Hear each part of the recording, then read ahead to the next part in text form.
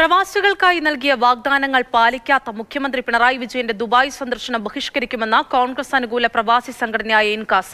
തിരഞ്ഞെടുപ്പ് മുന്നിൽ കണ്ടുള്ള അജണ്ടയാണ് മുഖ്യമന്ത്രിയുടെ സന്ദർശനം. UAE ഇൻകാസ് പ്രസിഡന്റ് സുനിൽ അസീസാണ് ഈ കാര്യം പറഞ്ഞത്. സന്ദർശനം ബഹിഷ്കരിക്കുമെന്ന് ദുബായ് KMCC കഴിഞ്ഞ ദിവസം അറിയിച്ചിരുന്നു. ബഹുമാനപ്പെട്ട മുഖ്യമന്ത്രിയുടെ സൗദി ഒഴിച്ചിട്ടുള്ള ഗൾഫ് രാജ്യങ്ങളിലെ ഈ സന്ദർശനം പ്രവാസ സമൂഹം വളരെ നിരാശയിലാണ് കാണുന്നത്. കാരണം കഴിഞ്ഞ 9 വർഷക്കാലമായി പ്രവാസികൾക്ക് ഒരു പദ്ധതികളും നടപ്പാക്കാതെ കഴിഞ്ഞ സന്ദർശന വേളകളിലെല്ലാം ഒരുപാട് വാഗ്ദാനങ്ങൾ നൽകി.